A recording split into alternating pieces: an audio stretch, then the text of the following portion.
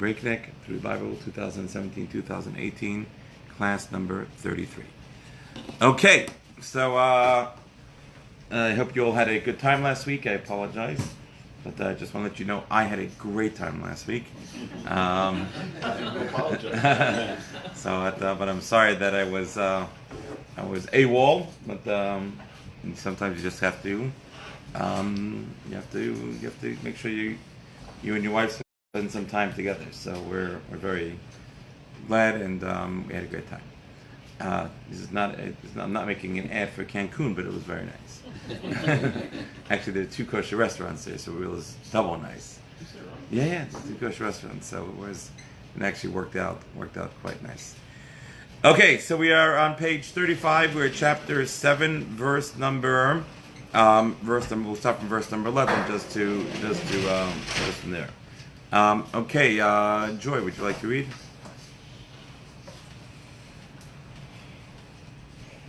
In the 600th year of Noah's life, in the 2nd month, on the 7th day of the month, 17th.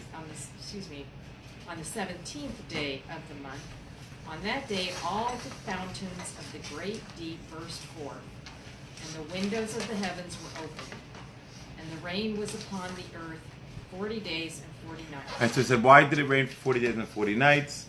So he said, because since the people, through their sexual immorality, had caused the world, right, caused God to create mamzerim, right, or bastards. So therefore, at that point in time, so God, because of that, so it rained 40 days and 40 nights, right, because it takes a fetus, to the fetus actually becomes a living thing, is on day 40, right? It's 40 days and 40 nights. And you talk about, and that's actually when, right, when we say that the soul actually becomes attached to the fetus in the mother's stomach. Right, so it's at day number 40, and it's therefore in Judaism there's a big difference between the first 40 days after conception and after 40 days. And so since it took them 40 days and 40 nights, so therefore it rained for 40 days and 40 nights.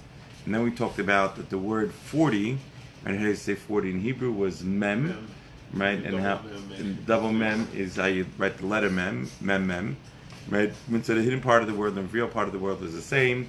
It stands for mayim, water, and it's also like a purification process, right, through water. And so at that point in time, right, the 40 days and 40 nights, right, it rained for 40 days and 40 nights. And we said, and where did the water come from? Up from the ground. Underground. Okay, right. So it came from the rain as well as underground, right, and as well as, right, kind of just coming down from the heavens. Okay, Michael? So before the rain, how many years were they doing bad? How many is it doing bad?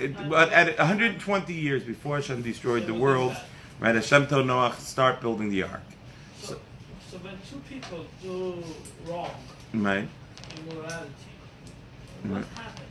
What's the punishment? What's the punishment? So it depends what immorality, depends whether there are witnesses that are watching it. It depends whether you're talking about being punished by human court or by godly court. But anytime today's time. Right, so today's time is that our Jewish courts do not punish for that, right? And so it's really, and I don't think our secular courts punish for it either.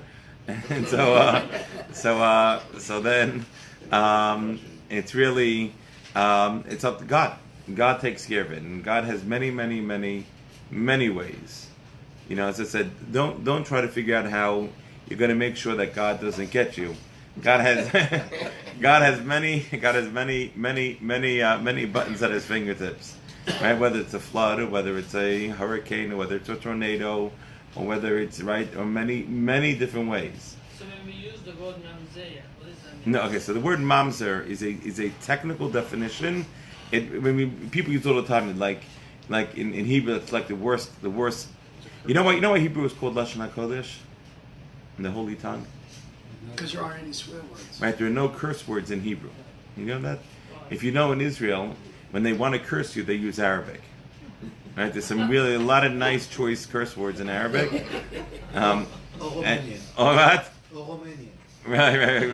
But Arab seems Very nice. and yeah seems a choice, and that's what they use you to curse you.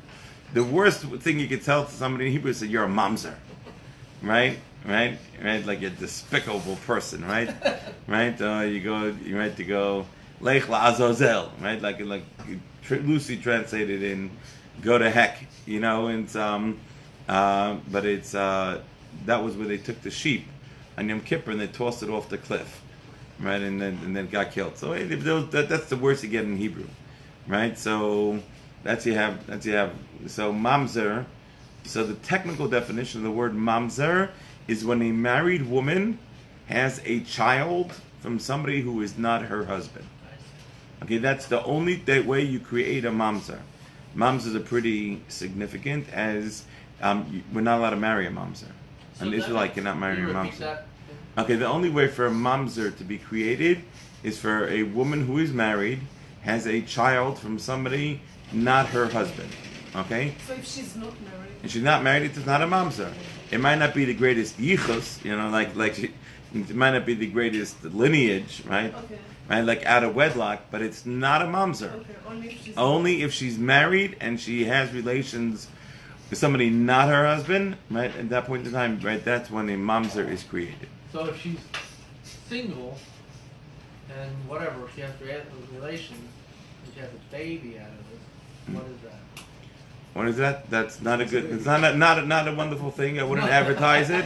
And but there is the baby is nothing. I mean, really, it's nothing. Like he's the baby. If the father is a Kohen, the baby's a Kohen. The father's a Levite. The baby's a Levite. The English, the American phrase, there's a phrase for that. If you don't have a father for the baby. Well, it's out of wedlock. Yeah. Okay, wait, I don't know. Okay, no. So that's what I'm saying. The word mamzer, the technical definition, right? Is the technical definition of a mamzer is somebody who has relations with somebody who is not not their husband. If a guy is married, he has relations with a single woman. The baby is still not a mamzer. See, the guy really is irrelevant. That's really what it's telling you. It's all about the woman, right? So the woman, right? The classification of the woman is what is important. Yeah. So, yeah. You said 40 days it rained because it takes 40 days for a fetus to have a soul. Yeah. Because the people were immoral. Right. I thought what pushed God over the line was robbery. Robbery. Excellent. Yes, that is correct. So, how then would robbery? No, that's very good. So robbery made it that there was going to be a flood. They were going to die. Right. Now, okay. That's they were dead. Right. Okay. Right. They were dead. Exact. Now, why did it rain 40 days? I mean, if the water came up from the bottom and flooded the world, it didn't need rain at all. Could have been nice blue skies, and the water from the depths could just come up and just swept everybody away. And that's not how it happened. It rained for 40 days and 40 nights, and that was tied to the immorality. Okay. Yes, sir. yes, sir. How about Ishmael? Can we? Ishmael can he be called as a monster because of what happened? Sarah say no. So Yishmael's not a mamzer. Yishmael. And so let me tell you something. Before IVF was created, right? In vitro fertilization, right? And by the way, even today in countries that can't afford IVF, right? If a woman can't get pregnant, right? It is quite common for them to give their handmaid to their husband. Right, to father, the husband should father a child with the handmaid. Right, right, and that's, and again, a guy can marry. Remember, according to the Torah, there's no problem with a guy marrying more than one wife. I think what he doesn't understand is a woman that has a husband already and has relationships with another man that's not her husband. Right, it's on the woman's side. Meaning, it's if the husband says, "I need to give you a surrogate husband," that doesn't work. Okay. Right. But that's a classic definition of a mamzer. But a lot of women go to Curacao to a married woman, have you read the article? They go to Curacao and just to get pregnant and come back. Married or single? Married, because I think it's in consensus with their husband, because the husband, they cannot produce, so they go to Curacao, and then they made the Curacao boys, they're all blonde and so they go in. Right, no. So so like that's something that would be forbidden. It actually is a very interesting question, even in the IVF world, right? Meaning, could somebody, let's say a woman's husband, the sperm is not working, right? Could she take somebody else's sperm, right, and fertilize her egg and then have the embryo implanted inside of her? Or is that considered sexual immorality? So there are very, very fascinating questions that come up in Jewish law. What's the ruling on that? I don't know. I don't know the answer. Does But intent How have come? something to do with it? I was in Cancun.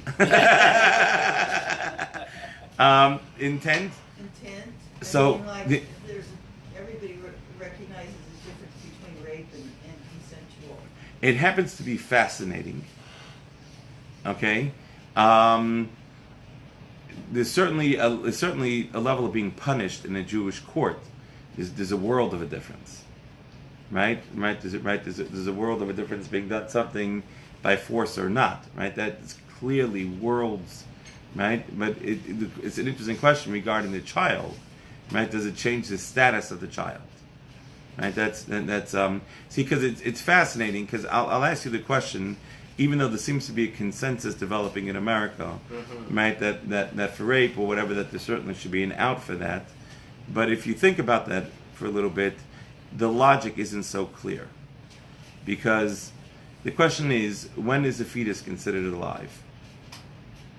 Right, means could you go over to somebody and said, you were conceived, right? Let's say you have a 5-year-old. You find out all of a sudden that his mother had a child, that his father, right, had his mother, right, his married mother, from right to the guy the guy thinks is his father, is not his father. Could you walk over to the 5-year-old and say, you were conceived illegitimately, and shoot him? No, Why not? it's a life. It's a life. And so you just can't kill. You just can't kill a life. Right. Okay, excellent. So let me ask you a question. When does life begin?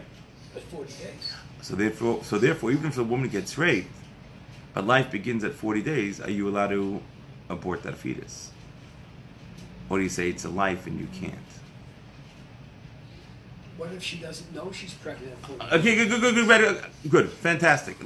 No. So all those questions It could go. happen. Oh, for sure, it happens all the time, right? So, but it's a fascinating case. You understand the question? From the logic, rape and incest shouldn't make a difference,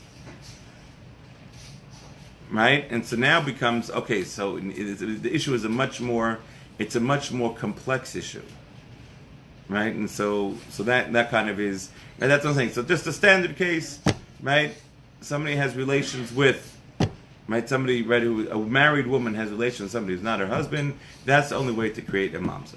I mean, that's the technical definition. What's happened to the boy? To the fetus, Yeah, to the boy. boy's the mamzer. Yeah. No, so the problem, he can't marry a regular Israelite. He could only marry a mamzeres, a female child that was created in the same way.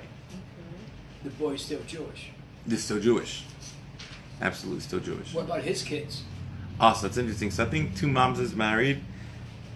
And again, I think the mamzer continues along, but I'm not sure. The status continues along. Minus and minus are plus. You know, no. I'm not sure that it cancels out. That's shocking. What if he marries a convert? He might be an American convert. Okay, but it's interesting. You take a look. It's the 4th chapter of Tractate Kedushin. Right, it talks about that there are 10 levels of lineage that are in the Jewish people.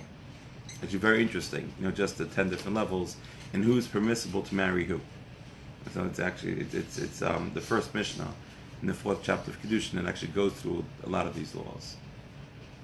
Do we have a Jewish court in Dallas? Yes. At the moment? Where is it? Right here.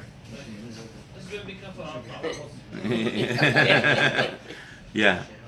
I don't know where I go for my problems, but yeah. That's such a great idea. Every time I have a problem, I just fly down there. You know, it's like you wipe the slate clean. Like, okay, what was I getting? What's going on? No more problems. How come Hashem was not concerned about,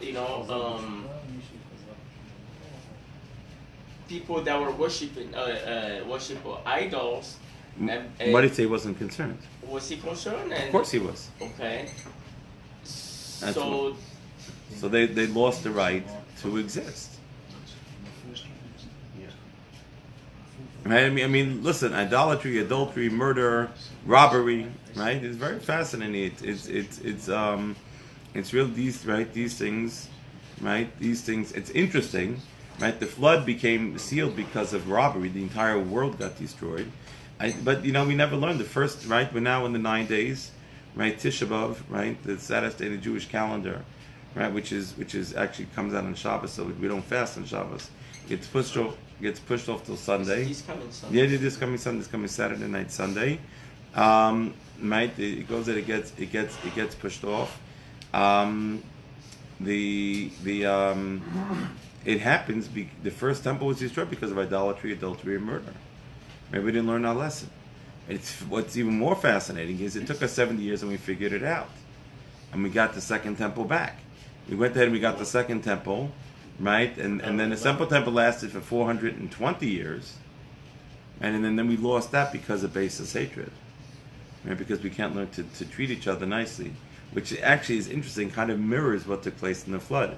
Robbery, right, is between man and man, right? Then, right, the Jewish people could not learn how to act between man and man. And until today, the worst fights in the world. It's funny. You ever go to a divorce lawyer? There's a line that goes sort of, money is very easily solvable. Blood, when somebody's out for blood, right? There's no rhyme and no reason, right? And so it's fascinating. Is that, right? The second temple was destroyed because of baseless hatred. Because we can't learn how to get along with each other, and really we have to learn how to get along with each other, right? And how to make it that we can treat each other properly and respectfully, right? It's something that that really is something that we need to learn how to do, And if we don't learn how to do it, there's a tremendous consequence to that action. And it's happening today. What? Baseless hatred. It's so. And it's evident. It's terrible. I mean, it's across the. It's really everywhere we turn. It's learning how to treat each other properly and learning how to disagree with somebody in the proper way. Right? Someone doesn't have to agree with everybody, right? Without causing tremendous conflict, anguish, right? It's something that really needs to be taught and needs to be learned. It's not simple at all. Right? And it's something that till today we're trying to figure it out. Right? And it's amazing because if I'm right, then you're wrong, and if you're wrong, heck, I'm going to tell you about it. Right? Right? It's not only that, if you're wrong, you're evil. Right. You're doing it for all the wrong reasons.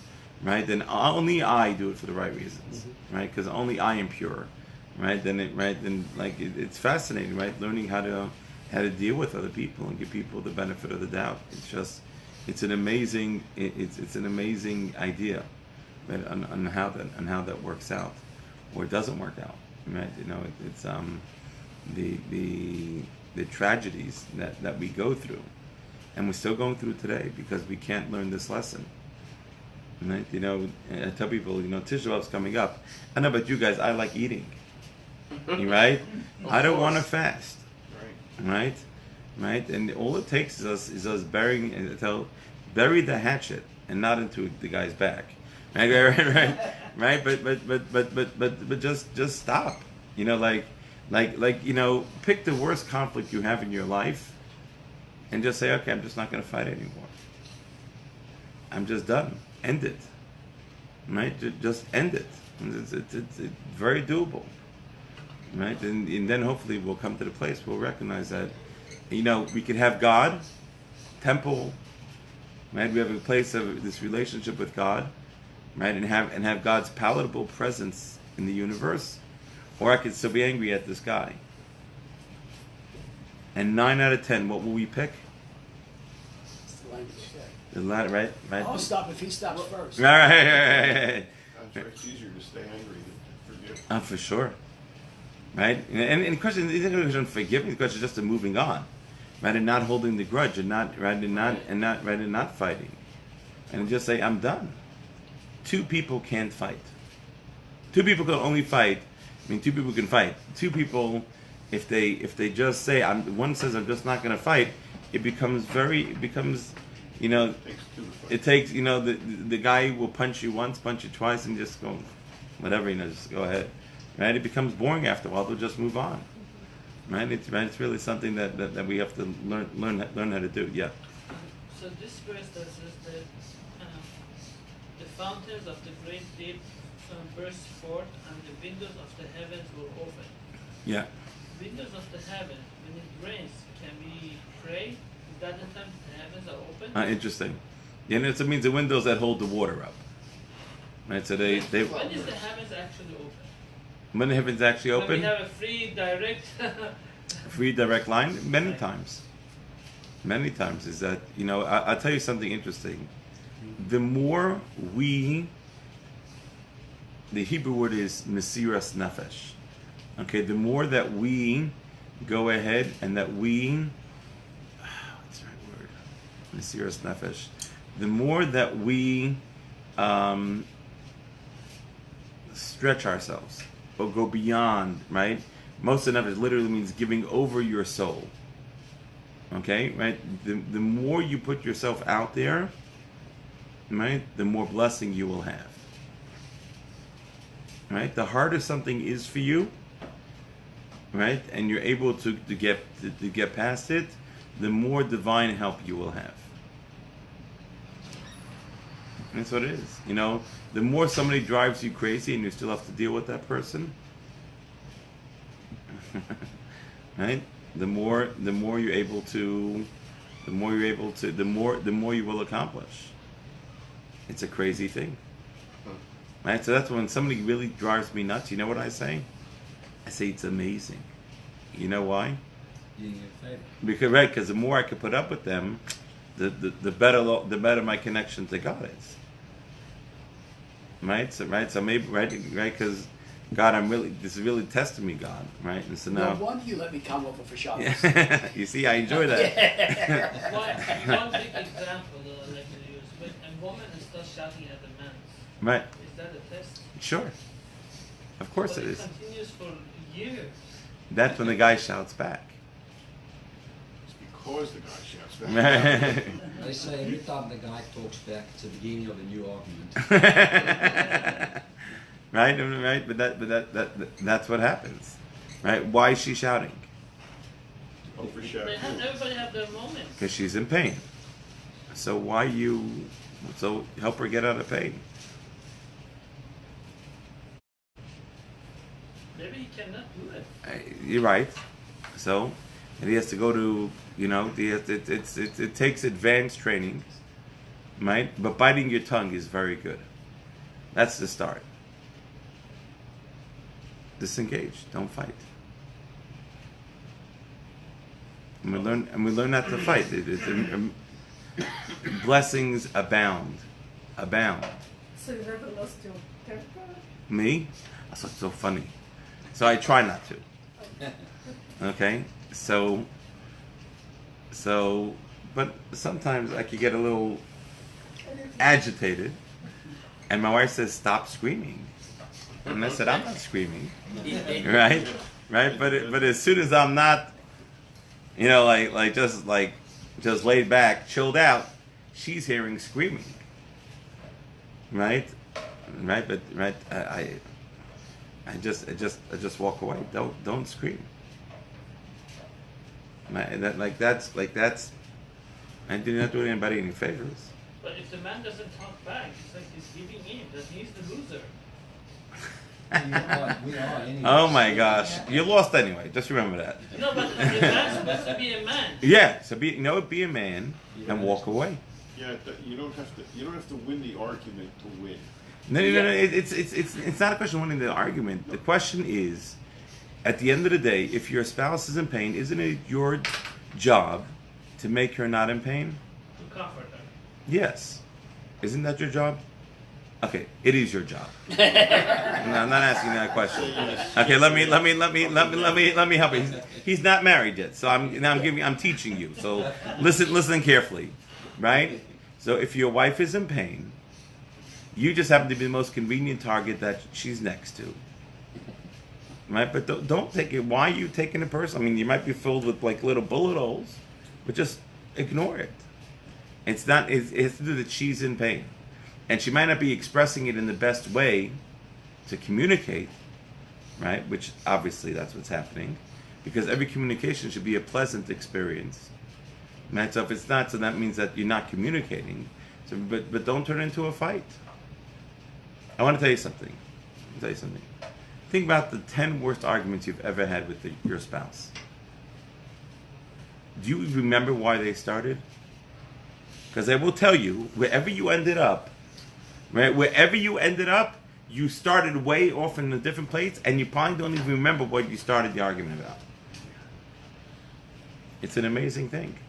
And we walk away saying, I'm right. Isn't that amazing? We're brilliant at this, right? And so, right, we're going ahead, right, we go ahead, and then we convince ourselves that we got to be a man, we got to stand up. That's what real macho men do, right? But Rabbi, Yeah. the man are from the Mars and the woman from the Venus. Right. I mean, that part you cannot change. Absolutely not. And your job as a Martian is to learn to appreciate how a Venetian speaks and acts. Basically, chesed trumps right. Right. No. That's what it is. You could be happy, you could be right. Pick. Can't have both. No, but the answer is because communication isn't you saying what you want to be said. Communication is the person hearing what you mean to say. If two Usually that's people what's- meet and one says, "Oh, he's a great communicator," what that means is he was listening. Listening, right? Sure. One of the first things they teach you in sales, listen. Oh, wow, interesting, amazing, really? Wow, great, right? Right? Yes, right. And the other person says that was amazing. They teach the same thing in rabbinical school, obviously. Right? No, right, but that's really what it is. Yeah. Sometimes when he was saying that you feel that you have to answer back, or but sometimes if you figure out, sometimes you can diffuse a situation pretty fast. Sometimes with the right words, and it just goes away because nobody's looking for a fight, really. You know what I'm saying? Like, so why are you escalating something? Just shut it down. Diffuse it. Diffuse it. I could say disengage. I'll give you a little hint. The best way to do it, and one of the best ways. You don't say, I can't talk to you now, you're being unreasonable. That usually just adds fuel to the fire. Okay? So don't say that. So let me tell you what to say. You say, ooh, I got a stomachache, I gotta run to the bathroom. Make an excuse? Let me say it again. Ooh, I got a stomachache, I gotta run to the bathroom.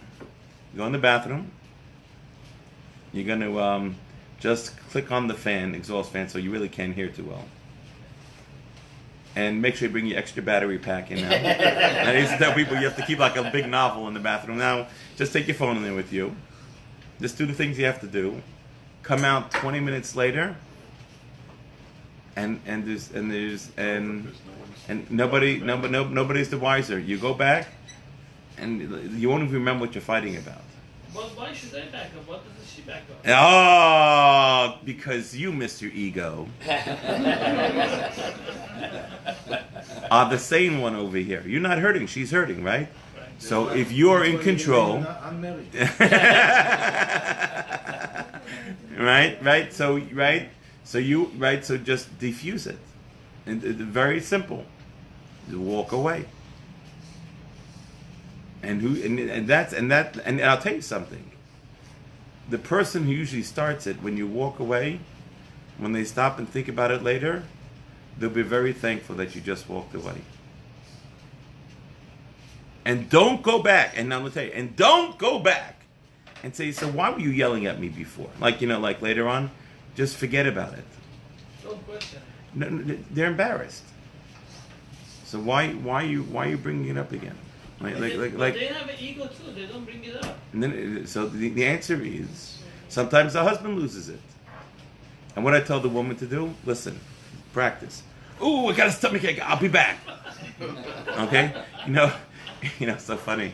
In the modern day bathrooms, they're gonna put a plug, cell charger in the bathroom, right? And the answer is because once you get out of kilter, man, all of a sudden your brain shuts off. Like it's a cutoff switch. There's an emerging switch. As soon as you get a little bit angry, your brain shuts off. It's amazing. And the person can't get out of it. You have to help them get out of it. You just have to disengage. And when you disengage, you go back 10 minutes later, there's nothing to fight about. And it doesn't mean you have to agree with everything. Right? You could have a very intelligent discussion where there are two sides to a story, and you could both walk away, and you don't have to agree. Right? And that's okay too. I'm always right anyway. It doesn't make a difference whether they agree or not. Right? And I'll tell you a little secret. Sometimes there might be another way to look at it. And guess what? Their way might even be better than yours. I mean, it's blasphemy, but it might even be better than yours. What do you mean it's mine? Right? Most of the time. And right. It's amazing. Yeah, right? It's amazing, and it's we laugh, but we haven't figured this out yet. Because the truth is, what I'm telling you is 100% true. Right? It absolutely goes down that way. And the third temple isn't rebuilt because we just can't put it into practice. Yeah.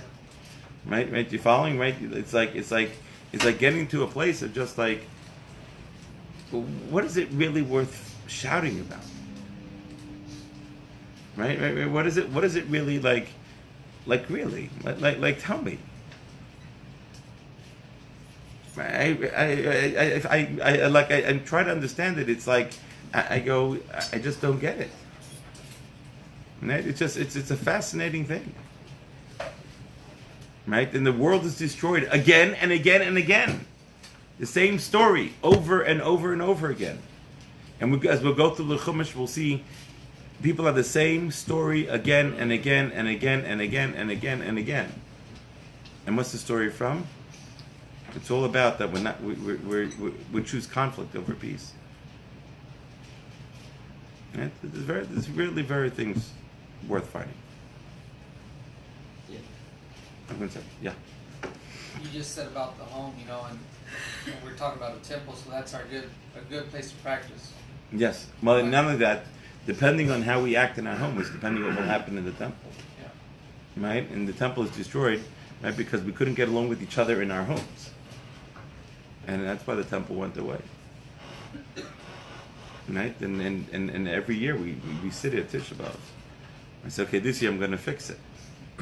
This year I'm going to be better. And then now we get our act together. Pull it together. It's fascinating. You should know, I just had this weekend, I had this camp at my house. A camp for kids that have went through trauma. Terrible trauma.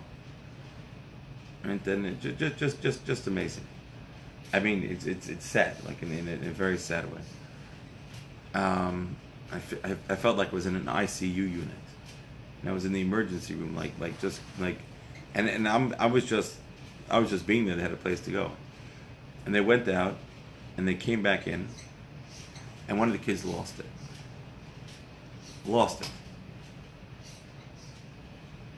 And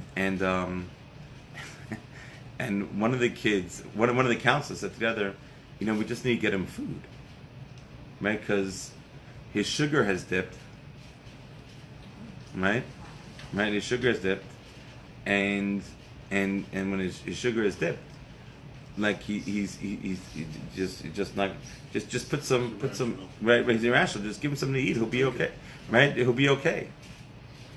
And then it hit me. By the way, my kids, my boys are very much like that. Right? Is when if they begin to melt down, they need food.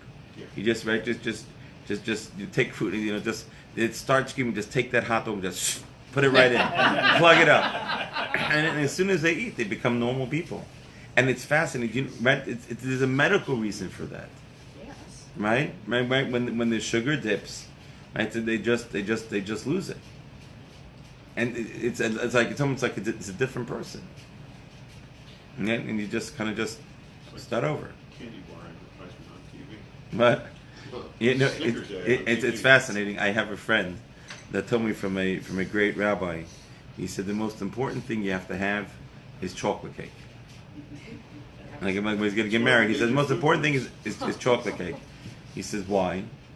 He says because you come home from a day at work and you're about to walk into the house, so you're ready just to sit down and to eat. The problem is your wife has been home all day with the kids, and she's finally ready to go take a break and have somebody else take care of the kids, or finally have an adult that she can talk to, right, instead of talking to a child. He says, so before you walk into the house, you take out your chocolate cake, you eat like a piece or two, right? You fortify yourself. You walk into the house, and so you'll be able to manage for till things get under control. You can go and you can eat. He says, and then let's say a guest shows up at your house. He says, so your wife wants to give them something, but she doesn't have anything, so she gets embarrassed. He says, you always have to have a frozen chocolate cake in the freezer. So you can just pull it out and just serve it. He said, the secret to a good marriage is chocolate cake. Like a babka, like a good babka, that's the secret of a good marriage. And if he's wrong, it can't hurt. That's right. Right. So, but it's fascinating, right? Just learning to think about somebody else. And if we could learn to really think about somebody else, it will change the world. We will change the world. Right? The world will be changed. It's up to us. Okay, so back to the flood. So, right, it's a rain for 40 days and 40 nights. Okay, verse 13. On that very day, Noah came with Shem, Ham, and Japheth, yeah. Japheth, Noah's sons with Noah's wife and the 3 wives of his sons with them into the ark. They and every beast after its kind, every animal after its kind, every creeping thing that creeps on the earth after its kind, and every bird after its kind, and every bird of any kind of wing. They came to Noah into the ark, 2 by 2 of all flesh, in which there was a breath of life. Thus they came male and female, all of flesh, as God had commanded him, and Hashem shut it on its behalf. And right, okay. Right, so what happened was they came to him, right, all the animals came in, right, each animal to its kind, right, in order that the animal, right, stick to its kind, right, so all the animals that have become corrupted were going to die, and what happens is, and then at the end of that, they all came into the ark, and Hashem shut the ark. Why did God shut the ark? Why didn't Noah just pull up pull the chain up and pull the door up from the inside? Seal it so people can get in after. Oh, so interesting. So Rashi says, very good. Rashi says is that since the door there was going to be a tremendous flood, so God came and sealed it from the outside, so that it'll become waterproof, to make it waterproof from the outside. But I want to share with you one of the most beautiful Radaks I ever saw. The Radak is a David Kimchi, who was also a medieval sage, and he said a most beautiful idea. He says, you know why Hashem closed the door behind Noah? No. Because God told Noah, take 2 of every creature into the ark. How did Noah know when every single species in the earth was in the ark? Because God said it was time. Right? When it was in. Right? Ready. Noah, for the first time in his life, he's not a zoologist. He's seeing all these animals and birds and bees and mosquitoes and grasshoppers, all of them flying on in. Right? And so what has he done? How does he know he could close it? If he closes it too early, what happens? Not everyone's in. Now he's gonna make it extinct. right? And part of our job is to protect what's here on the earth. Right? We can't make it go extinct. Right? So what do? You wait until God So says the God had to close the ark behind him, because only then did he know that he had all the animals on the ark. And that's why it says, and God closed the ark behind him. I think it's just I thought So Noah good. would know when the line was done. yeah. Nothing was done. Yeah, it's true. Right. For Ryan. And meanwhile, God took all the extra lions and tigers and bears that didn't make it onto the ark. So they were patrolling. guard duty. They were doing guard duty. So anyone that tried, the mafia tried to take over, did a hit on Noah. But every time they came close to the ark, they got eaten by the bears and the lions and tigers.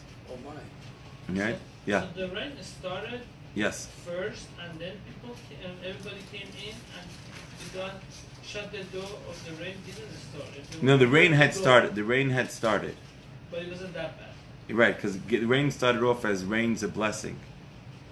If people had done tshuva, if people had repented, as it would have, right, as the flood was happening, the flood would not have happened. So Hashem sent signs, this and that. He gave them to the last moment, Right. last hour, last minute, Last minute. and they still fell. Correct. It's You know not- why? You know why? Because they were being a man. They were right. Not God, they were right. I got hammered by my boss today. He wants to find me. This is the third time. It's not people who had to do shuvah. It's a person. Right? Mhm. One person. Remember, if they had one person that would have done tshuva, that would have saved the world. Right? How is that possible? How ignorant can people be? It's Look amazing. around. I'm not talking about, I'm talking about millions of people. There must be at least one. Okay, so let me give a little secret. Don't worry about other people. Why don't you be the one? You become the one. And they had a hard time. You become the one. Don't worry about everybody else. You become the one. Yeah. I heard a story that a rabbi told the other day about a woman. He's talking about becoming the one. That she had the only oven, and she would kindle fire for, I think it was in Poland or somewhere out there, for people to come and bake their bread. And so she kind of did. She was the one that kind of kept people from being worried about, or that they were going to bake their bread. And there was a fire that was coming, that had gone all through all these towns. But then since she was the one that provided the fire in that town, that the fire stopped right there and did not destroy that area. So Right. the Rabbi was saying, be the one that, that's not Yeah. being like everyone else. Right. And we live in a time in a world where the airwaves are so polluted, right, with the tremendous amount of angst, anger, just stuff that really should not be, and it's sad. I'm sad that we live in such a time, and really, our job is if we could just dial it down a little bit, right, and kind of just to make it, that we could have a civil discourse, right? That's something that is, that's very important to learn how to do, and it starts with each and every one of us, right? Just learning how to respectfully, if you don't agree with somebody, you can respectfully disagree, right? You know what I'm saying? And really, if you could begin in your own mind to begin to try to figure out where your disagreement really lies, right? Where is the disagreement? Right? Where is the issue that lay? Right? You know what I'm saying? Like where does it go ahead and where does it happen? And what your conflict is, and usually it's probably your order of priorities. If it's your order of priorities, right? So then you could go ahead and you could see what your priorities are, what somebody else's priorities are, right? And then you could say, then you can have, okay, what makes more sense, right? And then at that point in time, then you could go ahead and then you can have a real conversation, and it's interesting, and it might not be one right or one wrong. There's some very thorny and knotty issues that are around, and the answer might not be so clear. Right? It could go both ways. And so it's kind of generally, it's really, but learning how to talk again. God, we destroyed the world through our actions. Because I'm right. Right? And right, it's an amazing thing. And this happens again and again and again. It happens throughout the world all the time. And every it just goes through that. And so really learning how to do that is really is important. Yes. Yeah, that's what I was gonna say. Alfred Adler was a Jewish merchant, and he became a writer. And he quote that in the book of Dale Carnegie, in it saying the right way to win a battle is to avoid that. Right. If you have to shoot, you've lost. It's absolutely right. Right. And I apply that, with the other rabbis. And then remember, we did it, and they was like, okay, and then so you walk away, and then the next day they will come back to you. So. Yeah, that's what it's right. If you absolutely. Okay, verse number 17. Kenny, you want to read? When the flood was on the earth for 40 days, the waters increased and raised the ark so that it was lifted above the earth. The waters strengthened and increased greatly upon the earth, and the ark drifted upon the surface of the waters. The ark drifted. Interesting. Why was the ark steered? What was the question? Why wasn't the ark steered? It had no rudder. It had no rudder. How do you build a boat without no rudder? Trust God. Right? Is that you trust in God. Right? That you're totally in God's hands. I would have done that based on confidence. What? I would have done that straight up. Based on confidence. Remember, God told Noah how to build it. That's true. Right? He did exactly what he told it to him. Right? It's fascinating. Right? The ark that Noah built was missing some rudimentary pieces of a boat. Right? But that's exactly what it is. Right? It's make sure you have God watching over you. Alrighty, go ahead. The waters strengthened very much upon the earth. All the high mountains, which are under the entire heavens, were covered. 15 cubits upwards of the water strengthened, and the mountains were covered. Yeah, verse 21. All the flesh that moves on the earth expired, among the birds, the animals, the beasts, and all the creeping things that creep upon the earth, and all mankind. All in whose nostrils was the breath of the spirit of life, of everything that was on dry land died. He blotted out all existence that was on the face of the ground, from man to animals to creeping things to the birds of the heavens, and they were blotted out from the earth. Only Noah survived, and those with him in the ark. Okay.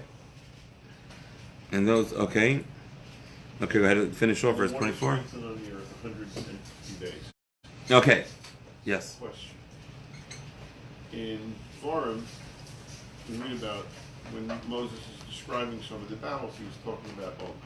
Right. The commentary says in this Chumash that he was part of a race of giants that survived the flood. Yeah. How is that? So it's interesting. It says only Noach survived. Vayishar ach Noach. Okay, and only Noach survived. What's the problem with that sentence? His family on the ark. His family survived. Okay, no, his family survived, but there's another problem. Only? Oh, right. Why is only? That implies there was somebody else who didn't survive. Or when it says Noach. If you say Noach survived, what's the implication? There could have been others. There weren't any. Right. Right. But that's the implication. So now that it says only Noach, The others didn't. it's a double negative. It's a double negative, right? Only Noach, right? It's like a double negative. So the Talmud says only Noach survived, which means that what? Somebody else survived besides Noach. And who was that somebody else who survived besides Noach? All those with you. What? It says all those with you. Right? Right, but right, is that what? So it says like this. Right? That there was one giant that hitched a ride on the ark. Oh, giant. We're gonna say, yeah, I'm just saying the same thing. What do we have here? Oh, now I get your attention. Okay. Right, so it's only Noach. Right, verse 23, right? Chapter 7, verse 23. And only Noach survived. It means, right? Right, that Noach was the only one that somebody else besides Noach survived. And who was that? Oh, because otherwise he would have said only Noah and his family survived. Right, exactly. But this way they put only Noah. So is it more obvious in the Hebrew to the? Yeah, no, that's what I'm saying. It's a double. That's why. Okay, gotcha. Okay. Only Noah. Okay, yeah. What? No, so it's interesting. So if you take a look, turn your page to page 63. Okay, in Genesis chapter 14, verse 13.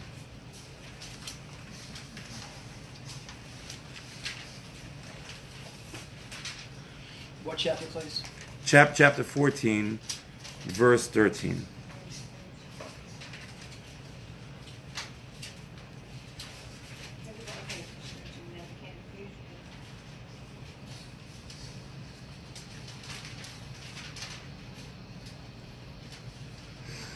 Okay, so so again, this is a story. The four kings, Lot has separated from Abraham, and now there was a war. The four kings and the five kings. The four kings went and they attacked Sodom and Gomorrah, Admah Zebayim. Okay, and they killed everybody, or they took them captive. And then what does verse 13 say? Then there came the fugitive. Who was the guy that hung on to the And told Abraham the Ivri was in plains of Mamre, right? The brother of Eshcol and brother of Mamre is being Abraham's allies. And see, then came the fugitive. Right in verse 13. Who's the fugitive? Og. This is Og. Where was he a fugitive from?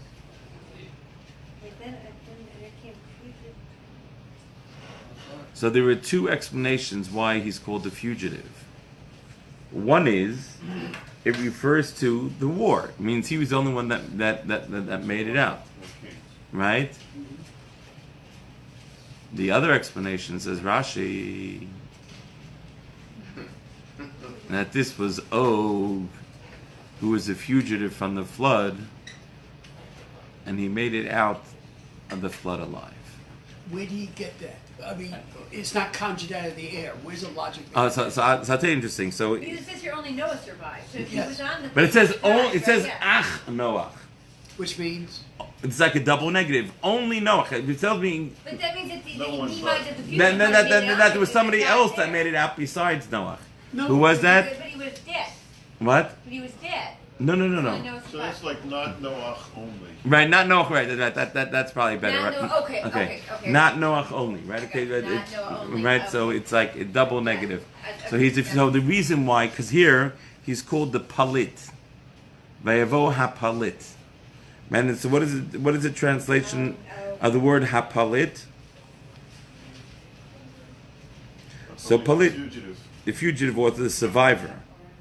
Okay, but now it's interesting because right when you usually say the survivor, what does the word survivor connotate? A disaster that occurred. And then everyone else died and he made it out. The problem is when they had the war, the four kings and the five kings, did all the five kings die? Or did they just lose the battle and they became captives? They kept one, didn't They kept them alive. Remember, you don't want to kill the other people. What happens if you kill the other people? You lose slaves.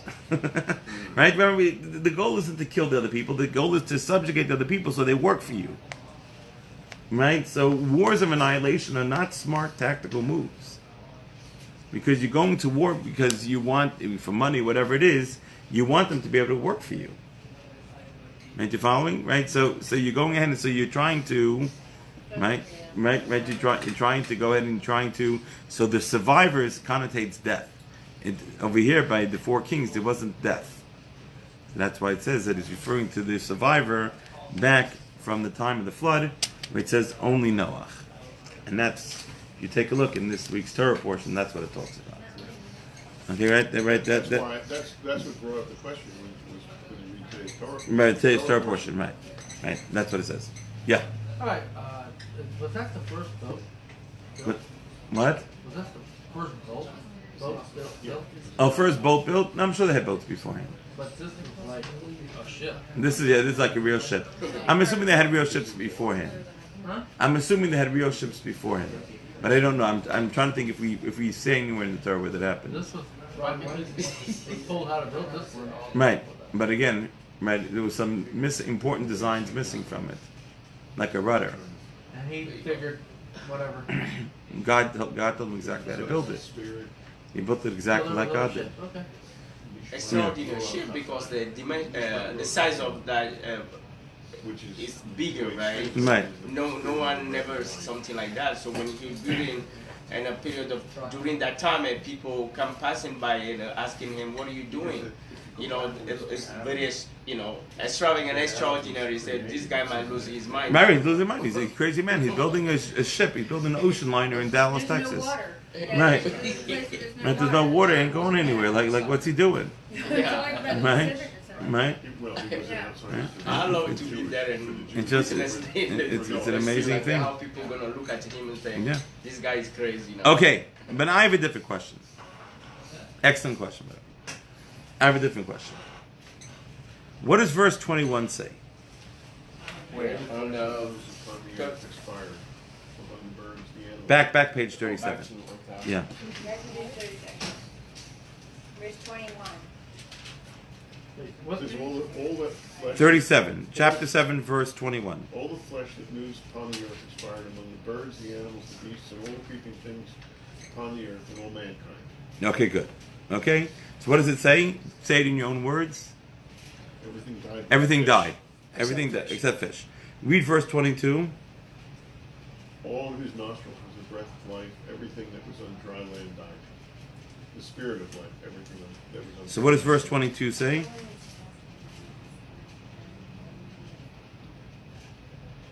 Everything on dry land died, not in the water. Everything dry land died. Okay, and how's that different than verse 21? It's the same.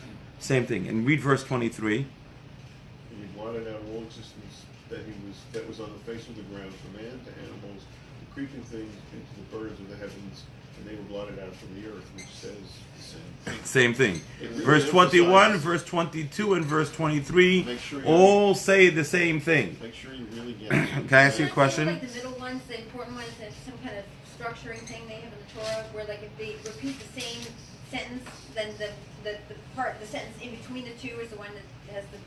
Okay. There's a principle sort of like that. Sorry. But okay, no.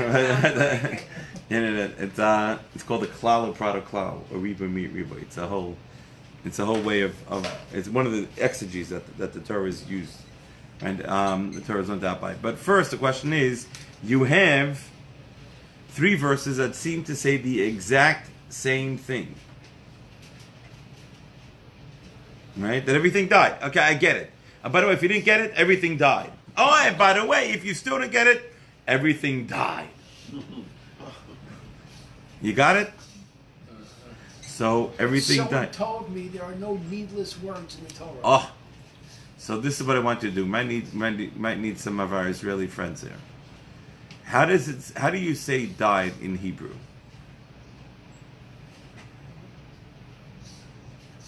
This is not a trick question. How do you say die in Hebrew? I don't know, I'm suspecting.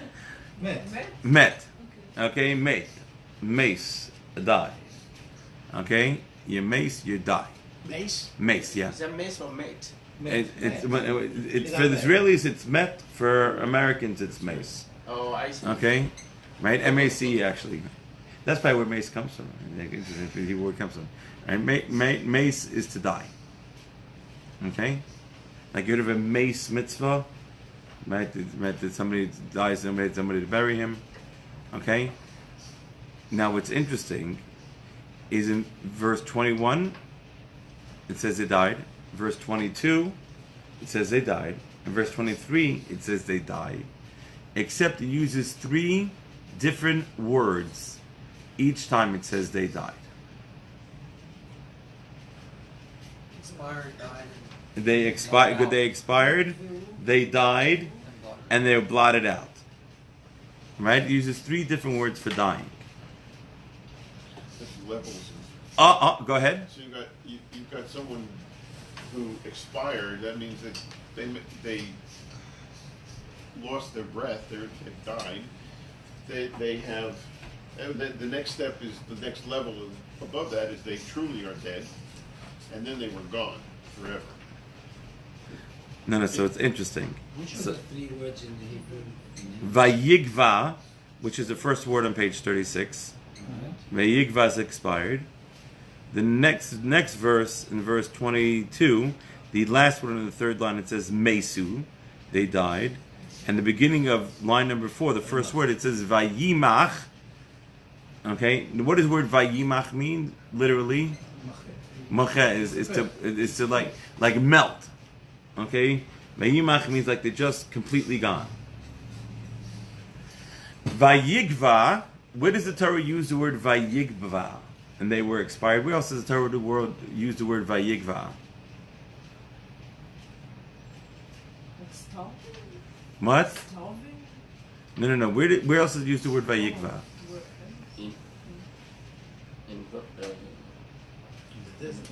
No. What? In the Torah? Yeah, in the Torah. That was a partial Vayinva, right? No, that's Vayikra or Vayigash. Oh, okay. What does it say Vayigva? So the Torah uses the word Vayigva Vayamos by righteous people. Like it's in the dying of righteousness. And Mesu means they died. So they use 3 different expressions allocating for 3 different types of people. There were no righteous people who died. Okay, so let me ask you a question. Was everyone equally wicked? No. No. So you have less wicked, More medium wicked, wicked, wickedest, and the wickedest. the most wicked. Did everyone die the same death? Yes. Yes. No.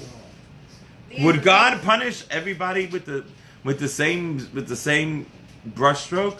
No, Rabbi. When God punishes, how does He punish? you see the Based nuance on there. measure You for say measure. Measure for measure, each person according to their level of sin.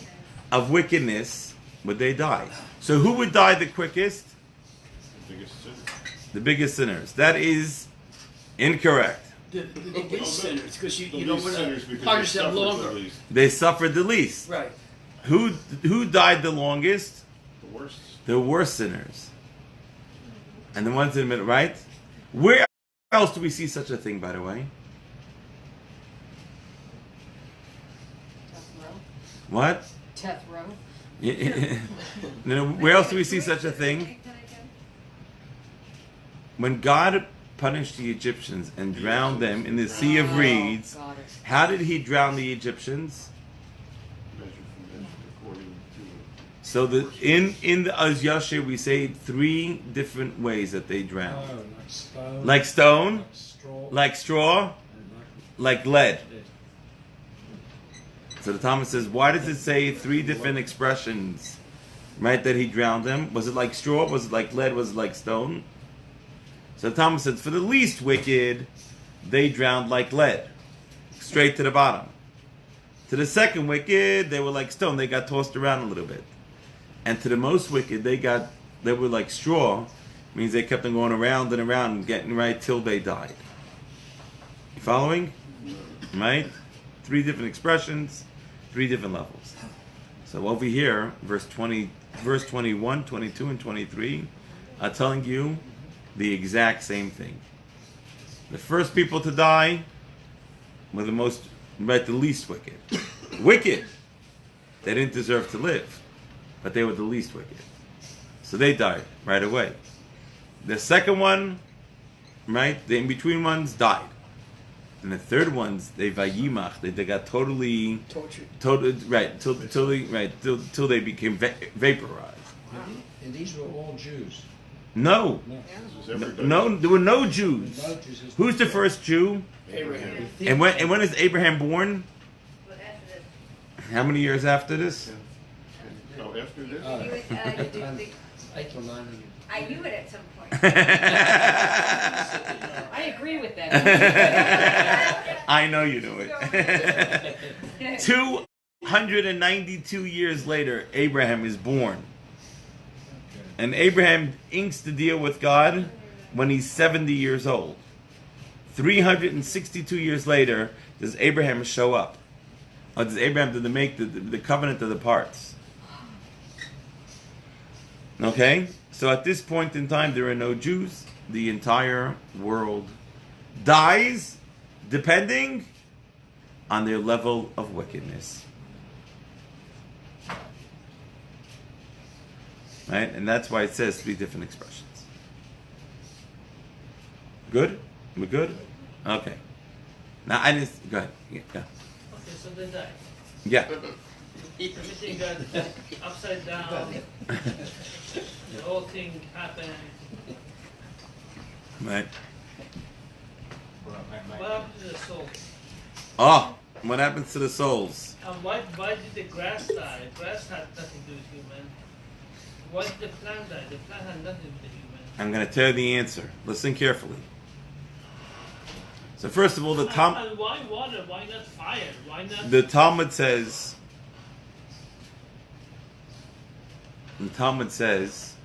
that the people of the generation of the flood don't have a share in the world to come. Tractate Sanhedrin, chapter 10, right, chapter 11, right? Parak Chelek, and it says the people in the generation of the flood do not have a share in the world to come.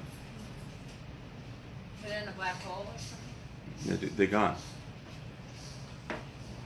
Now, we said by water, we said because water was, right, God was toveling the world, right? He was The water is form of kosher, purifying. right? The water is form of purifying. You got to make it. Right, so God was purifying the world. Number 3, your third question of what did the grass do wrong? What did the earth, the full, right, 3 handbreadths of the world got washed away and was gone, disappeared. And the answer is because the people had corrupted the earth. But the grass Had corrupted the earth. with the grass. The grass that when you planted wheat, barley grew. When you planted barley, rye grew. People had corrupted the earth so that the earth became corrupted. Such a fundamental level. I'm surprised anything grew. Well, You know what I mean? Like when they put seed in it didn't. no. But the answer is we people, and this is an amazing idea, is that we have an effect on the world, even to inanimate, even to down to the objects. Right? What we do has an effect on the world. Right? And learning, right, and understanding that, right, we carry a tremendous responsibility, right, to make sure that when we affect the world, right, that we go ahead and we affect the world in a good way. Okay, so that's why everything had to be destroyed. okay, so there was like an atomic bomb, clean everything out. Yes. So 40 days and 40 nights. No, 40 to 40 nights it rained. Right. And then the water kept on coming up and up and up and up and up for another 150 days. They actually covered the mountains. They covered the So mountains. high. The tallest mountain, Mount Everest, was covered by 15 cubits of water. Okay, so at one point all this water resided. Yeah, right. So when Noah opened the door, there was nothing out there. Correct.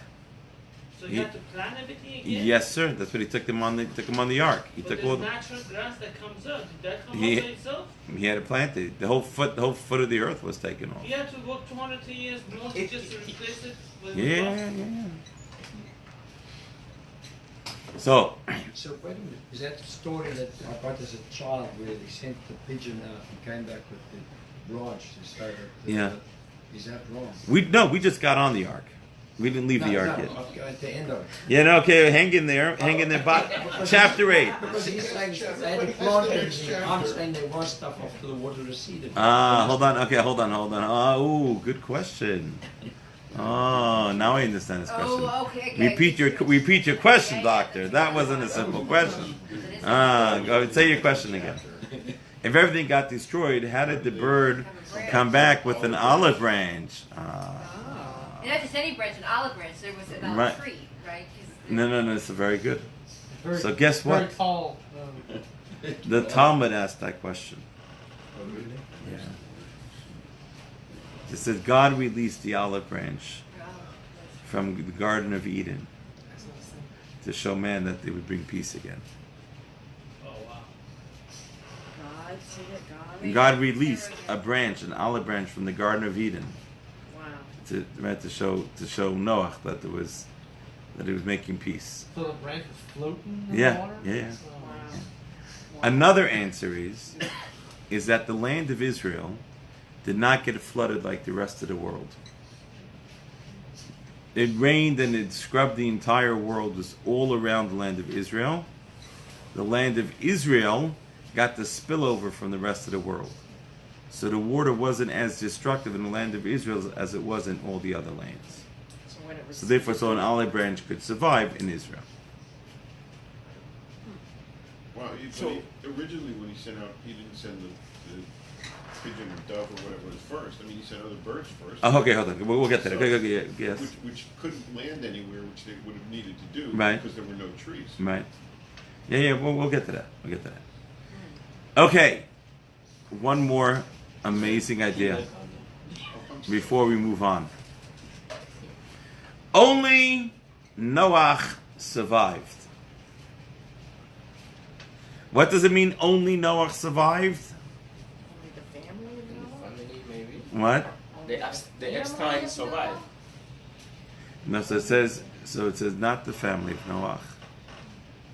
But it's referring to that what happened was Noach survived barely. What happened was, what was Noach and his family doing? How long did the flood last for? A year. How many days? 190. No, because then you said 40 days, 40 days, and you said what? 150. days? No, the water then. Oh, I think you but, said 150. no, I did. Okay, 190. But then the water was 15 cubits over the tallest mountain. Well, maybe it drained real quick. Pull the plug. Hey, pull the plug, you know. Use your bathtub, yeah. Right. It's over. Okay. Right? Getting warm. Yeah, right. How long did the flood last? How many days?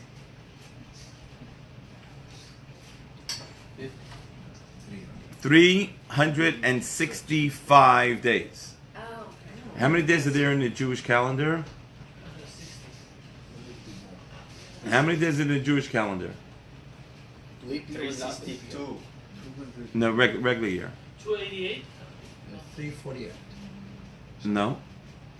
So in the Jewish calendar, the 354 and a half days, or 355 days. You know how to remember that there are 355 days in the Jewish calendar? No. How do you say year in Hebrew? Shana. And the letters mean. The letters. Letter Shana, Shin, Nun, Hey. 355. Right? Shin is 300, Nun is 50, and Hey is 5. So the word year is called year because of 355 days. Okay, now as we know, a solar calendar is actually 11 days longer. Right? So the flood was 365 days. Right? It was right, it went over the entire right? It went the entire year. It was just one complete year. But only Noach survived because what happened was for 365 days. Noach was serving all the animals, feeding them every day, every hour, every minute. Let me say that again. Noach and his family for 365 days, fed every single animal in the world.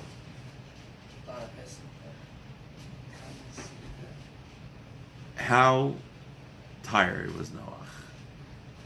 When do animals eat, by the way? Whenever they want. The lions, whenever they want. Other animals? Whenever they want.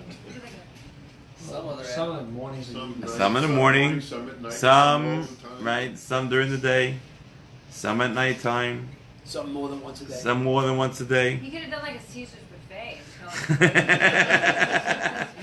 And And we're just getting animals to line up and to circle around, hang around. And what happened was one day He was like, he was late to feed the lions, and Noah got bitten and mauled by the lion. And he got bitten and mauled by the lion, and then he escaped with his life, but he was limping. It says only Noah survived. It means that Noah came out. Oh, Not the whole Noah came out. Everybody else got A eaten. piece. No. Noah came out with with the crutch. Now let me ask you all a question. How did all the animals fit on the ark? Because it was a miracle. Because it was a miracle. Excellent. So how could God have made that all the animals get fed? Another miracle. But yet God doesn't do that. God says, Noah, you and your family have to go and have to feed every single animal every single day.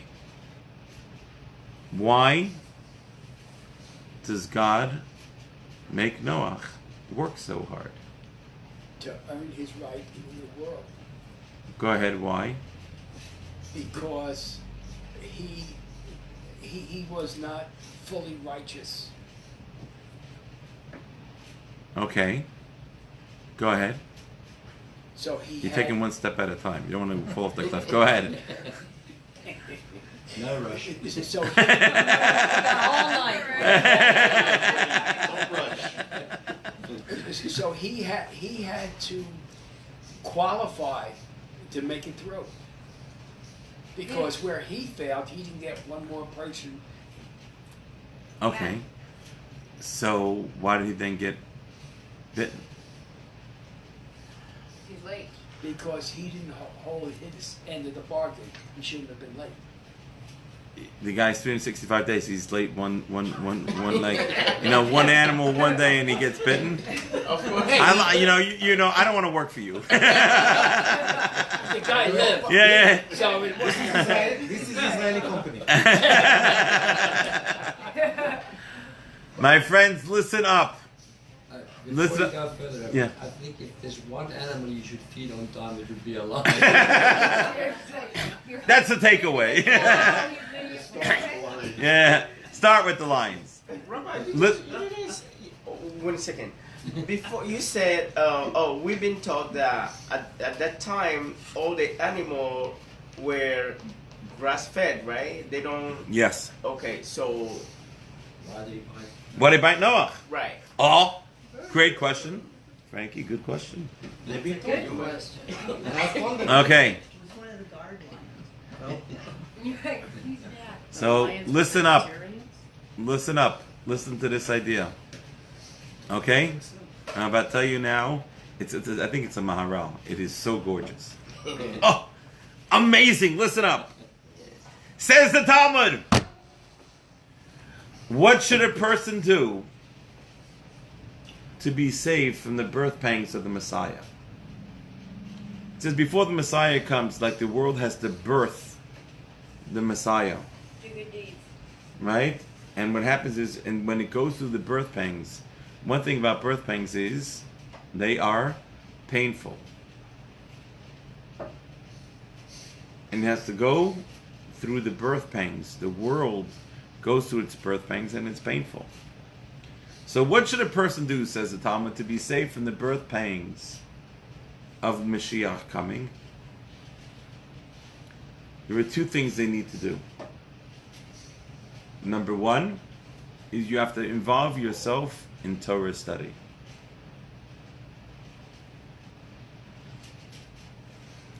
The second thing you have to do is you have to involve yourself in doing kindness.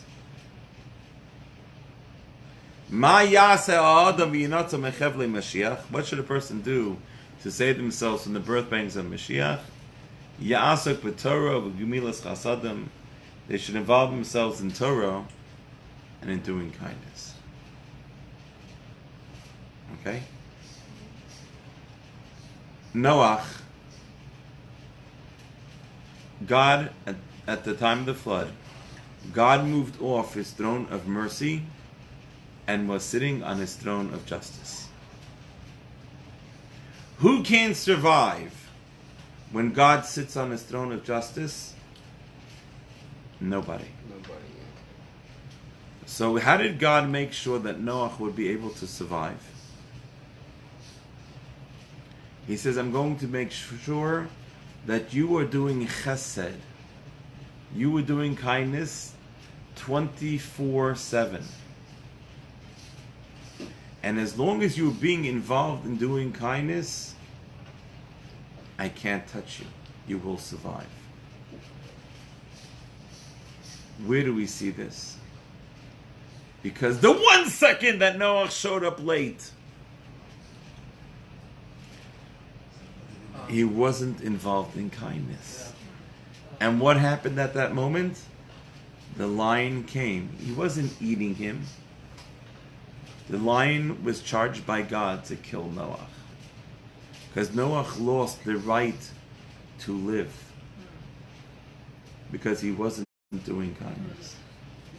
Is that analogous at all to King David when he stopped studying Torah and You didn't right? It's the same thing. Right? Wait, I don't know. Okay. when King David died, King David knew he was going to die when he turned 70. So what happened was, when he turned 70, he sat and he said, I'm going to study Torah. And as long as I'm studying Torah, the evil inclination has no control of me, I won't die. And then he stopped studying. No, and then what happened was, God make a loud noise outside King David's window. Oh, because it was time to go. Right. Okay. If King David picked up his head, it startled him, bam, he died. So he couldn't kill him. By studying Torah, he couldn't touch him. Gotcha moment. That's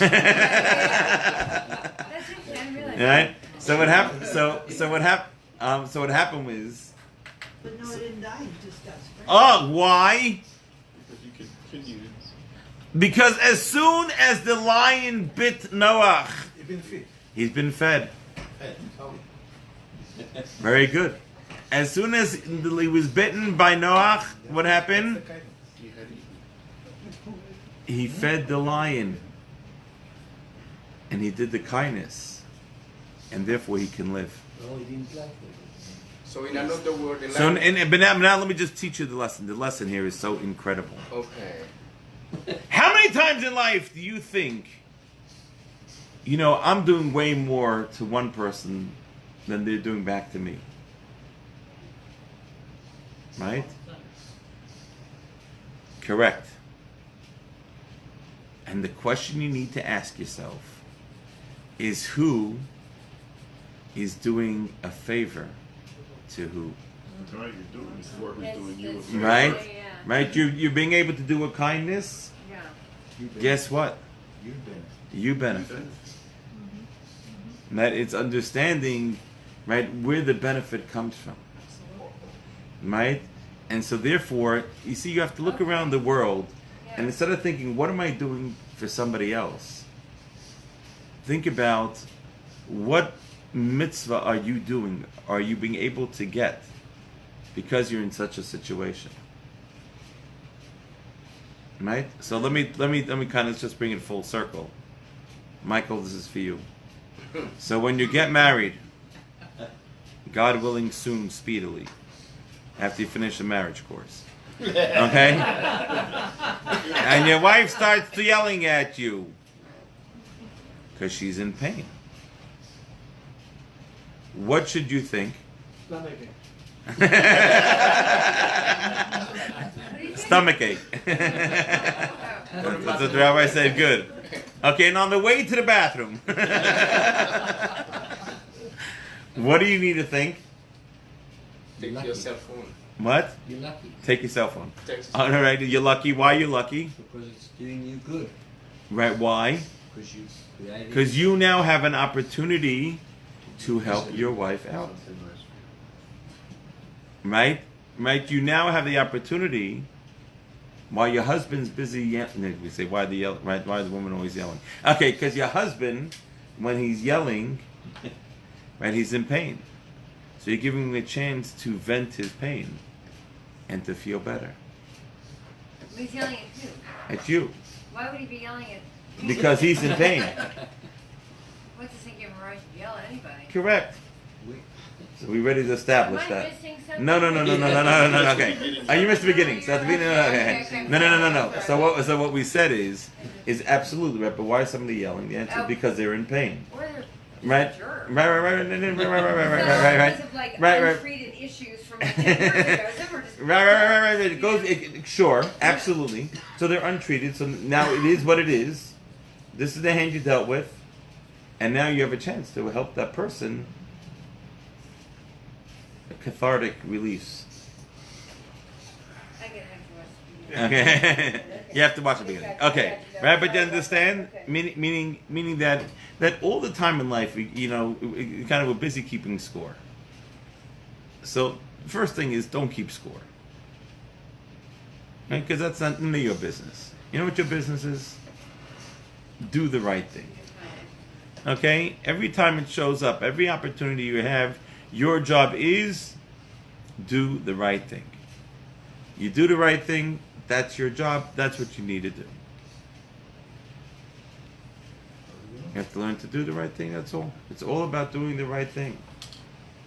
Right? Making sure you're doing what you need to do. Don't worry about somebody else doing their job. You're not that's not your job. Your job is to go ahead, is to recognize that you need to do the right thing. And if you do the right thing, bingo. You've done what you need to do. Right? And that's the key. Noach over here, man, he walks out of the ark, and what could Noach say? 365 days, 24/7, I'm just running and feeding those stupid animals. This is ridiculous, right? Right? Right. Could you imagine that? Right? You need to be busy flipping, flipping the hamburgers on one side and going on the pancakes on the other side, the waffles with your tail. You know what I'm saying? Like kicking the log into the fire to make sure it's going right. You're going right. You're doing all this stuff, right? You can imagine. The cat with the hat with the 9 lives, right? Right. He's going right. He's kind of keeping the kitchen going right. He's getting right. They're feeding an army. And at the end of the day, you say, "Look how much I'm doing. Look how much I'm doing." When the reality, God gave him exactly what he needed. And we know this because the exact second that Noach wasn't busy, he almost died.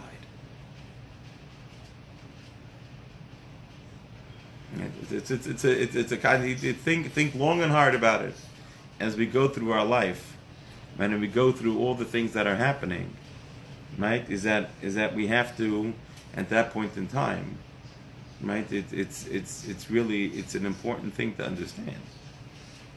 Right? That as we go through life, there's right. God is busy micromanaging what we're doing, what's going on. Right? And how it's important for us to understand that and to learn that.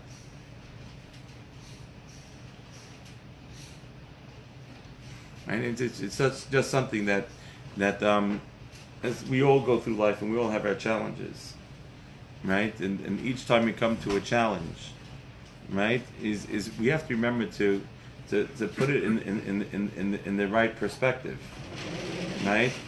Right, to put it in the perspective of, right, God is giving this to me as a present for me. And it might not be so comfortable, right? But we actually have to stop and think and try to learn the lesson. Because as soon as we learn the lesson, we can move on. Right? But we gotta ding, right? Understand it in that context. And they come in all sorts of the good thing about God is that He's very creative, and we have, for 4 days I had these boys at my house. I went to bed I think 5 o'clock every morning, and I wasn't the last one to go to sleep. Right? Was it because they were loud or because you guys were hanging out? Oh no, we were hanging out. Oh. We were chilling. That's cool. So I left Chilling. Friday. What? I left at 2 o'clock in the morning for that Friday. Right. And And I went to bed at 5. wow. Whoa. Right? And I wasn't the last one to go to sleep. Right? Right? But what? I had an opportunity. God presented an opportunity to me. And so I had an opportunity. That's cool, man. Right? Right? Now again, yeah, so like it's like You're it's, done. I'm done, right? I'm looking forward to seeing my bed, No like big deal. right, Big deal. right, but that's that's what it is. Right? Is that we have opportunities. Right? And what we have to recognize, You're able to connect. it's I'll tell you something that happened which was really interesting. When kids go through trauma, it's a terrible thing. And these kids all grew up in religious homes. And really, I said, my main job is to show them normalcy. What normal is, right? I mean, when you grow up in crazy homes or crazy situations, right? You don't know what normal is. Right. Normal means What you're living in is normal. right. The thing that you're living in is normal, right? And you don't recognize that normal takes on, right? Normal means different. It means different connotations, right? Different strokes for different folks, right? And so just to show them, I invited some people over in Shabbat. I said just show them how normal people act, and just be an example, right? Just what normal is. Last night, Sunday night, one of the kids told me, he said, Rabbi, I kept the whole Shabbat at your house. Right? And you sort of get like a little ray of hope. Right? Worth That, it then. right, no, because what happens is, and I'm telling you my armchair thing of this, but these kids, they take them on these trips, and the job is to teach them how to interact with people, right, and how to think about somebody else, and just like to, right, like to somebody besides himself, like learn this other. So when they go back to their homes? So I have no idea. Every situation is different. They weren't all from Texas, were No, none of them are from they? Well, Texas. none of them. Yeah, but now they all want to move to Texas. But Was it like a camp or a group? a camp. And they actually they came and they wonderful, lovely kids. And you can, everyone's got a whole story behind them. It's just like way beyond anything no one should ever know this, right? And so, it's just, the camp rule, everyone has to show up for prayers. You don't have to pray, you just have to show up. And you walk in there and they're just busy, they'll sit there, they'll be talking to their friends. It's just fascinating. You take a look at what goes on, right? Is that you go ahead and that, because it's all about them. Then hopefully as time progresses, they learn, got to worry about other people as well, right? And that might be the first step of healing that they go through. Any siblings? Interesting. No, You're I don't. right. Not any siblings. Oh. Not to know. And the counselors also had their own challenges. So the counselors are uniquely, it's an amazing thing.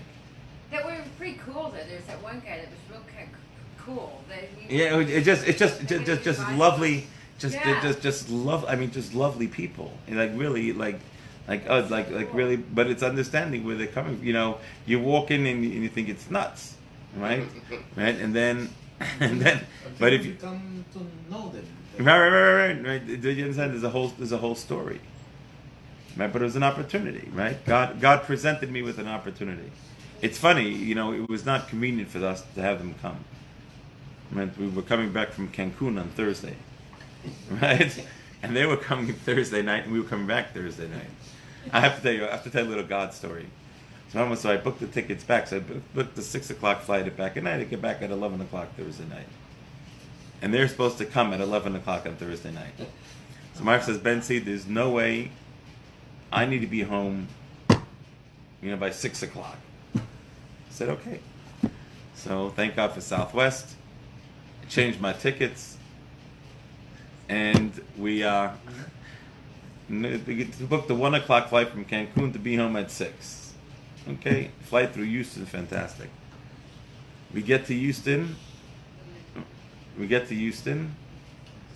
and there's a storm.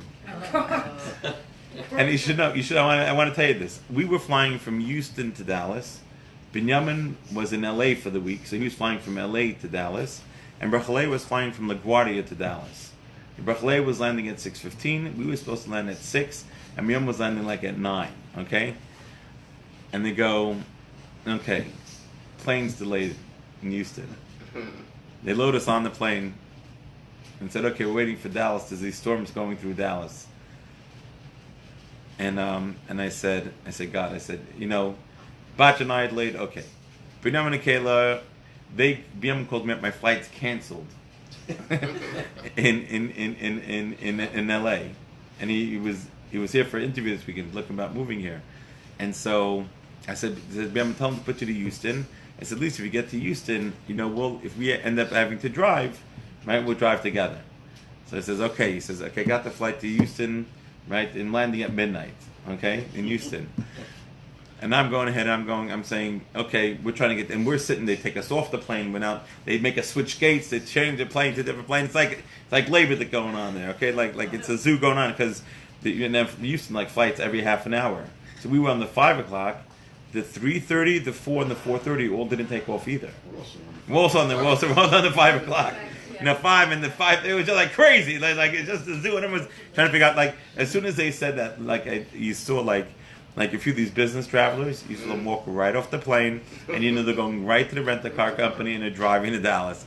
I said to my wife, I said to my wife, we should be with them. She said, no, let's hang in there. So I said, okay. I said, fine. So we landed at 11 o'clock. So I told my wife, I said, God is just trying to teach us a lesson. Right? Don't think I need you to take care of my boys. I'm taking care of my boys. I'll let you in on the program. But don't worry that you have to worry about your vacation. So we ended up getting back to Dallas at 11 anyway. So, it's because it was just fascinating, right? But God runs the show, right? It's opportunities. God gives us opportunities, right? And we have to just look at it through the eyes of everything that God does for me is for my benefit, right? It's good for me, right? And so therefore, right, what God is doing for me is something that is healthy for me, and it's something that I need. And if we could learn the lesson of what I need, and it's really what my soul needs, and our souls. Most of our souls have all been, we've been around the block a couple times, right? And so we go ahead and we have what we need, what our soul needs to accomplish. That's really when you could begin understanding the world through that context, then everything that happens begins to really make sense, and you can really begin to understand why. Right? Because whatever it is, it's for our benefit. Because there's nothing that God does for us that is not for our benefit. Right. And God his only motivation is what is best for Bentzi Epstein. What is best for me? What is best for you, right? Right? Everything that God does comes in that framework of how I have to look at it and understand it. Right? And then I just have to figure it out. And it sometimes will, sometimes won't, and sometimes never figure it out.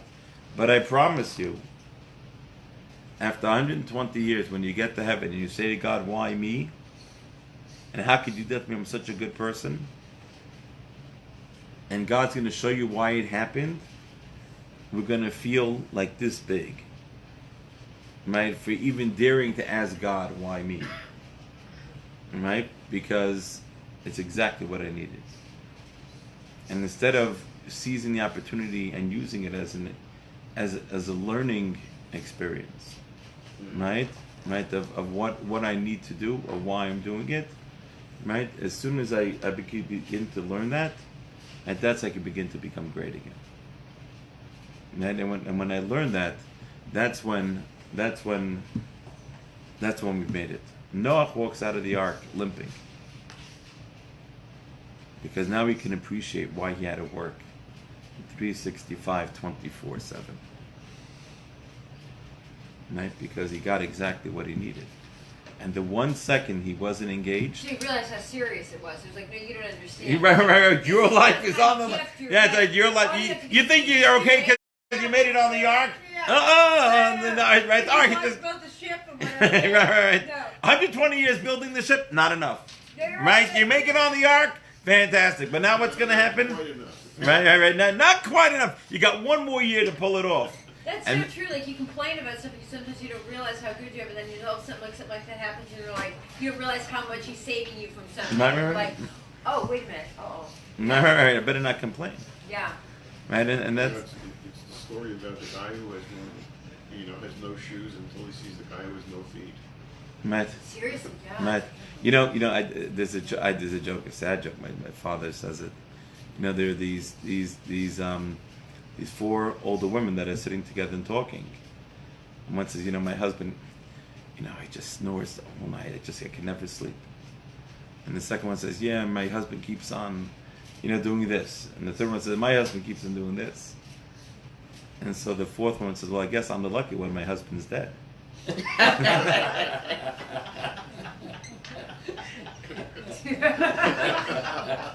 Sad joke. Right. No logic in that. Right. You go all the way with that one. You can make it sound bad at the end or really good. Yeah, no. I'll tell you. I read recently, probably like last year. I read a story that was really very powerful. And said there was a guy in shul, and no matter how much trouble the kids made, he would just smile and just have a grand old time. And finally, somebody said to him, he says, why aren't you getting upset? The kids, they're making a ruckus, they're disturbing the service. Why aren't you being bothered by it? So he says, I lived through the Holocaust. And the Germans killed 1.5 million Jewish kids. He says, and every time I hear a Jewish kid making trouble, I know they missed one. He says, so the more noise they make, he says, the more I appreciate, right?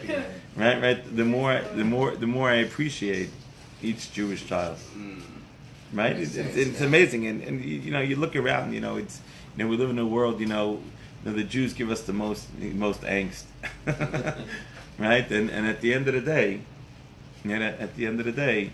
right, every Jew is most precious to God, right? And then we're unique, and we're needed for the Jewish people, right? And so it might be something that we don't really appreciate sometimes so well, right?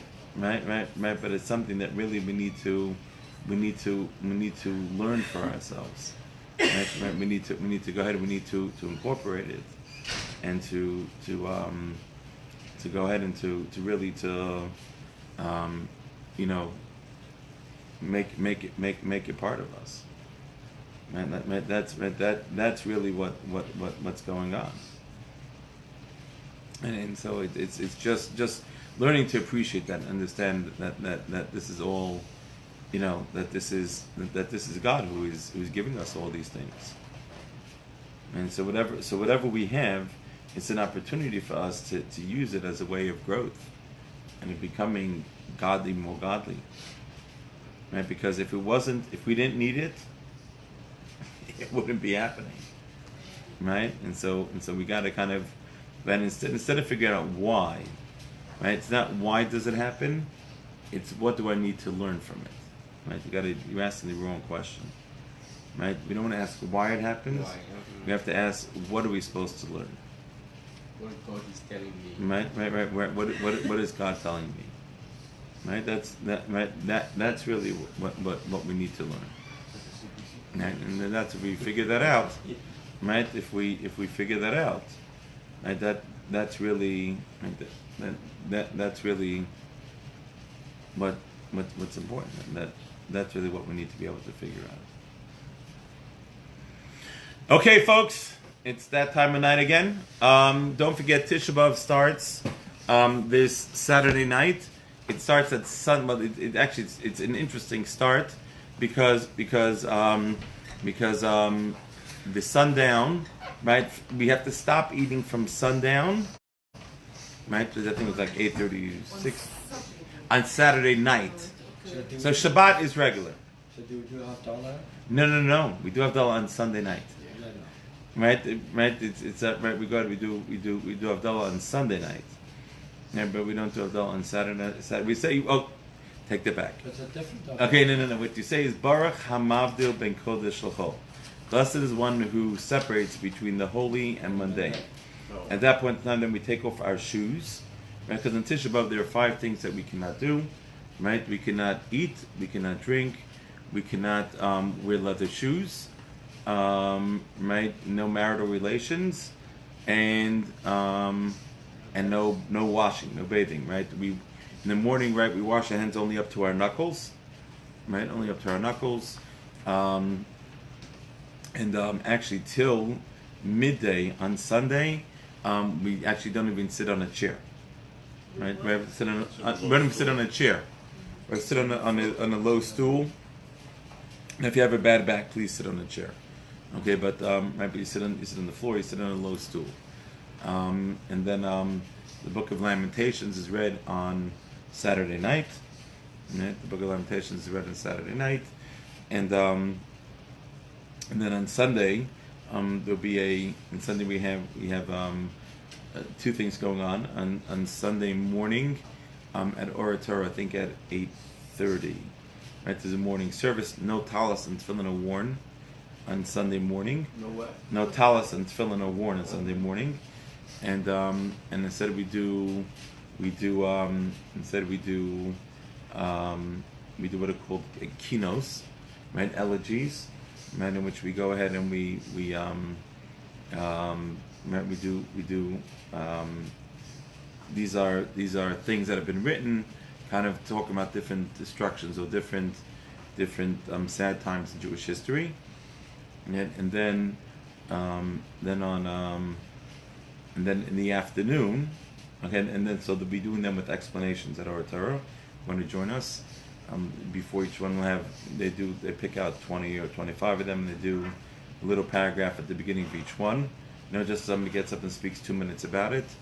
And the day is meant really a time of introspection and reflection on the tragedies that have befallen the Jewish people, and then kind of it's a time to stop and to think about it, and to really, what does it mean that we no longer have a temple? Right? What are the implications of such a thing?